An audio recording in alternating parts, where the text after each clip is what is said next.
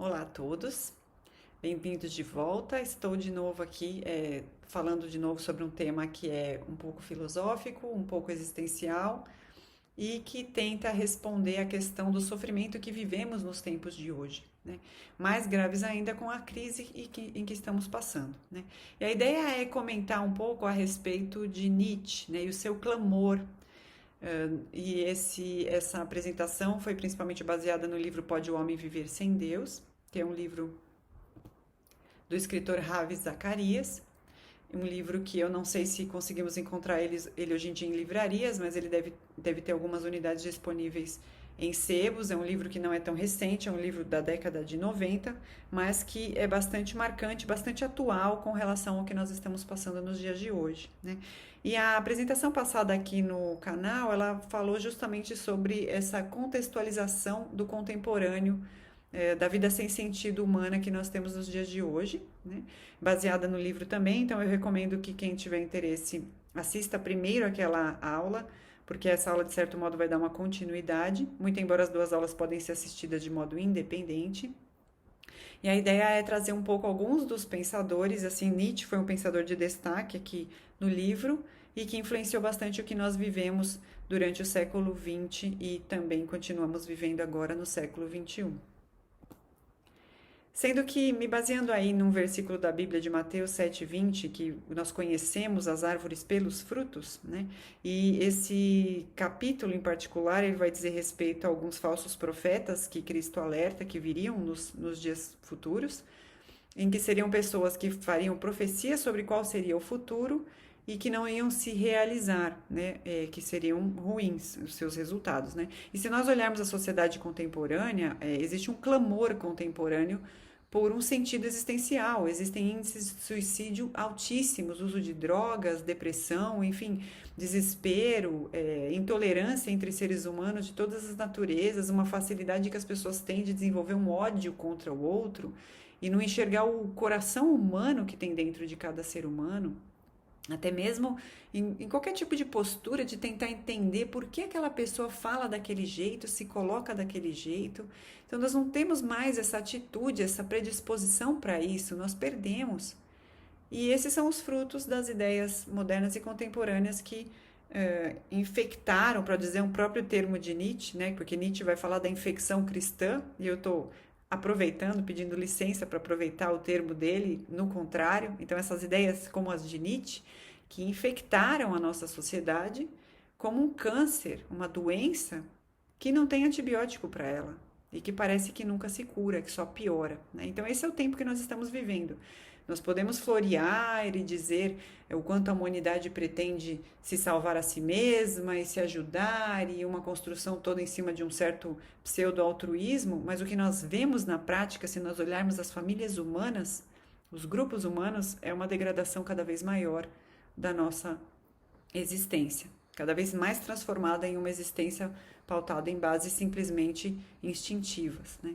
E por que isso, né? Então existem vários pensadores que influenciaram. Nietzsche é um deles, um que até é influenciado por Nietzsche também é Freud e a sua psicanálise, entre outros, né? São apenas exemplos, né? Toda uma condução. Então vamos falar um pouco de Nietzsche. Então Nietzsche vai fazer uma forte refutação teísta e ele tem ramificações revolucionárias que são resultados das suas ideias, né? E é interessante porque, lendo alguns trechos do livro de Nietzsche, eu tenho alguns deles, né, e o Além do Bem e do Mal, para montar essa apresentação, especificamente do que ele fala a respeito das religiões, ele vai falar, por exemplo, né, uma diferença de raças que existia. Lembrar que começo do século XX, final do século XIX, existe uma forte postura eugenista entre vários pensadores, uma discussão nesse sentido. E ele vai dizer assim, que aqueles católicos que têm uma origem mais latina, ou mais até Oriente Médio, né, trazendo um pouco do judaísmo, as posturas religiosas do povo mais latino seriam diferentes daquele povo mais alemão, mais do norte, né, que o católico, até mesmo quando ele se revolta contra Deus, ele está revoltado porque ele tem uma revolta contra o próprio espírito de sua raça, enquanto aquele do norte, quando busca a religião, ou quando ele se revolta justamente por ele ter uma falta de espírito da raça, então quando ele se revolta contra a religião, né? Então ele vai dizer isso.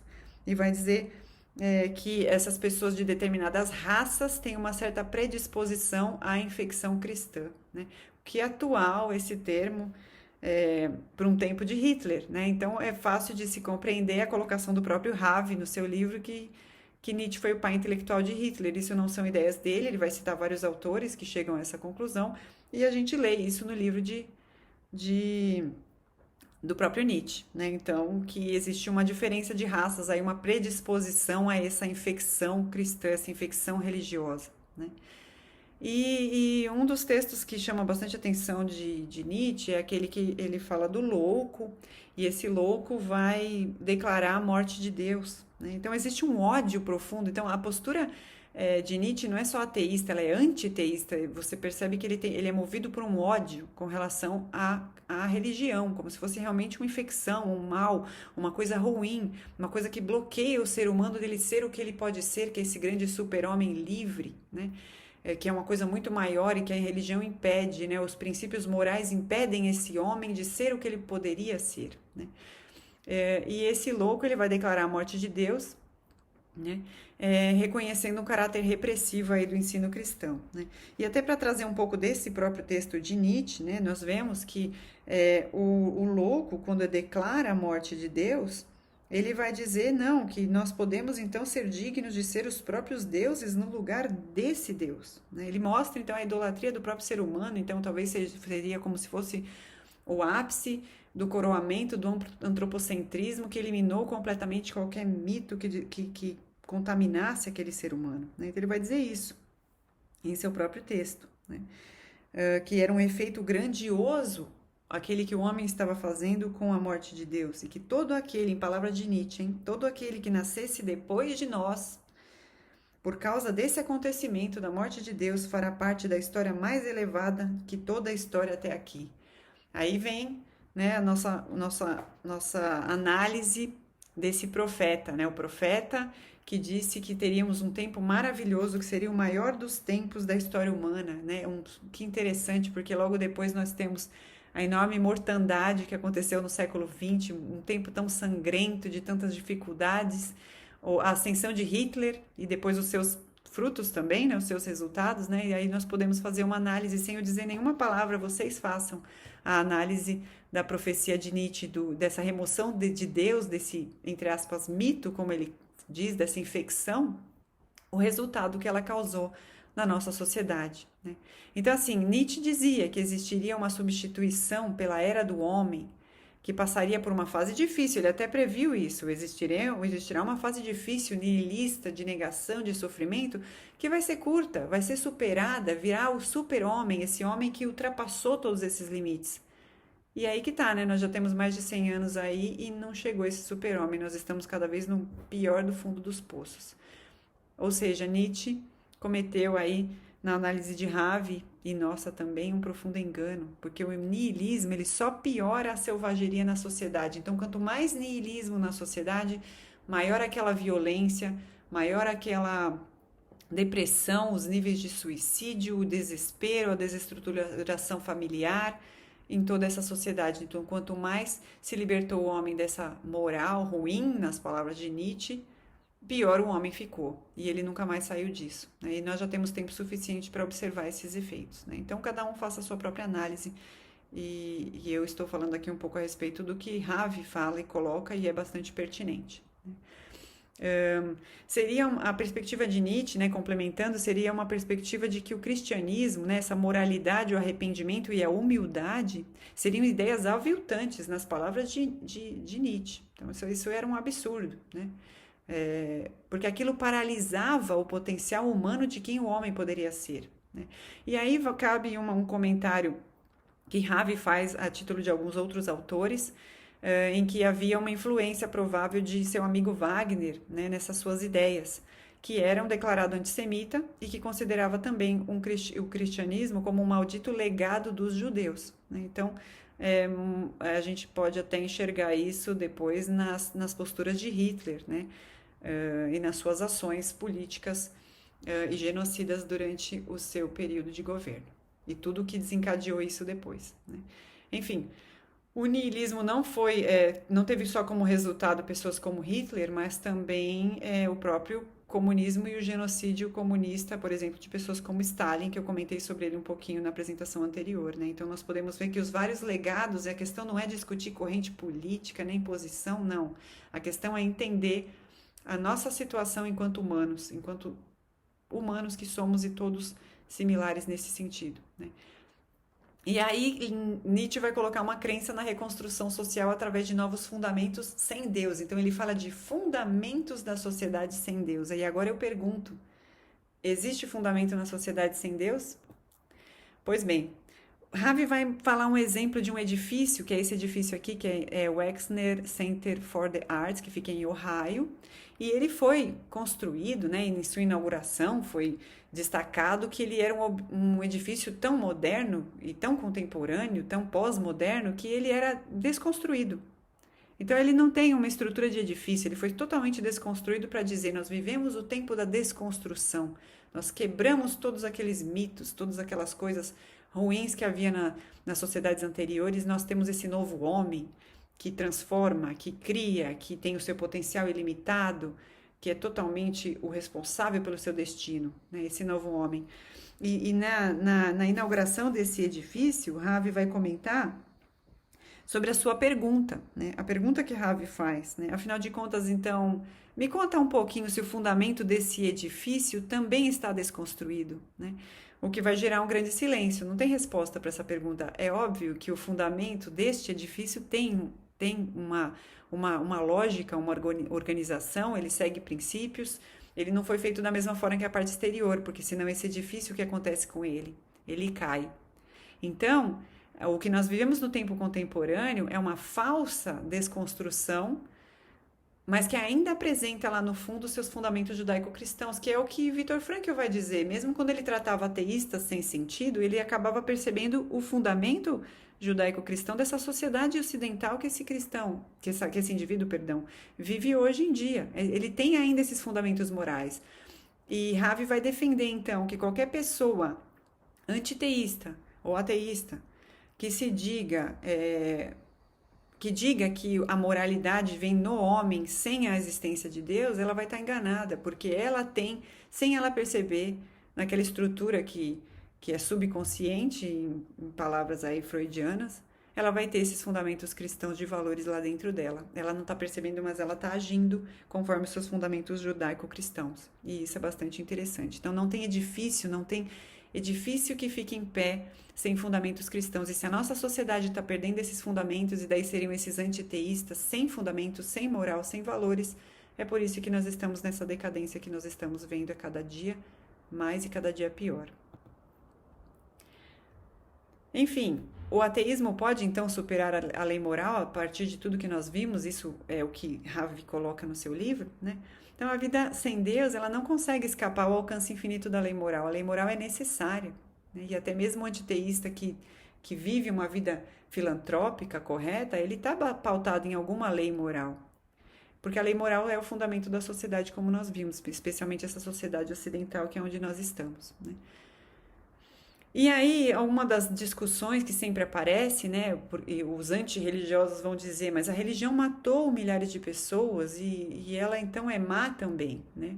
E aí, Ravi faz uma comparação dos mortos pela religião em comparação com os mortos pelo comunismo. Em palavras dele, matanças em larga escala de que se servem os antiteístas, matanças pelos religiosos, foram a consequência lógica da sua filosofia que nega a Deus. Ou melhor, as matanças em larga escala do comunismo, de que se servem os antiteístas, elas foram consequência lógica de uma filosofia que nega a Deus. Então, essas matanças do século XX, elas são consequências de uma filosofia que nega a Deus. E, em contraste, se nós observarmos a violência semeada por aqueles que matavam em nome de Cristo, né, que costumam ser um argumento de antirreligiosos, aquilo jamais teria sido aprovado pelo Cristo das Escrituras. Ou seja, eram pessoas a quem Cristo resistiu, cujos meios e mensagens eram contra no seu evangelho. Então eu convido as pessoas que utilizam esse argumento de que a religião mata, que leiam o que Cristo prega, que leiam na Bíblia, porque Eu converso, inclusive, com pessoas que às vezes se dizem espiritualizadas e que nunca abriram a Bíblia para entender o que Cristo realmente fala. Elas falam muitas coisas que são ideias de Cristo, mas elas não checaram para ver exatamente como Cristo fala. Então eu convido, leiam e vejam se ele aprovaria. Porque uma das coisas que ele mais questiona no seu evangelho são as pessoas que se colocam como portadores da lei, portadores da verdade, fariseus, eles mesmos não cumprindo aquela lei para valer, cobrando das outras pessoas que cumpram e vestidos de um tremendo orgulho. Seriam elas as pessoas que Cristo aprova? Não. Elas não são as pessoas que Deus aprova. Então, se existe uma dúvida em relação a quem você está combatendo enquanto antirreligioso, eu tenho certeza que não é a Deus e nem a Cristo e nem aqueles que realmente o seguem, mas a outras coisas que foram pervertidas. O ateísmo, enfim, ele vai liberar a vontade da moral, e daí nós podemos ver também um outro fruto disso, né, a psicanálise, e eu tive a oportunidade de estudar bastante isso, inclusive Lacan, e perceber o quanto que daqui a pouco acaba sendo permitido uma certa, enfim, a responsabilidade que cada indivíduo tem com seus atos, mas que desde que esteja de acordo com uma moral dele e respeitando algum limite da lei, está ok, né? E aí ele não tem mais uma condução moral do seu comportamento. Então isso só reforça e mostra essas ideias de Ravi e os seus resultados que nós vemos inclusive em outras áreas de forte influência na sociedade moderna, né? E se nós voltarmos para Viktor Frankl, né, que viveu ali a realidade do campo de concentração, ele vai citar em seus escritos, né, as câmaras de gás haviam sido preparadas nas escrivaninhas e salas de leitura de cientistas e filósofos nihilistas, ou seja, era uma elite educada, antiteísta e materialista, que tinha um desejo de se livrar da moral, para que pudessem fazer o que quiserem. Aquilo incomodava, era como se fosse um bloqueio. Eu quero fazer o que eu quero, eu não quero ter um impedimento moral, um superego que me impede de ter a minha liberdade. Eu quero a minha liberdade de volta, eu quero agir de acordo com os meus instintos. Era isso que essa elite educada, intelectual, queria, na verdade. E poucos deles tiveram coragem de assumir isso, mas Aldous Huxley é um deles, né? E que vai mostrar justamente isso nos seus escritos, né? Ele vai expor esse desejo de se libertar dessa moral que incomodava para que pudessem fazer o que quiserem.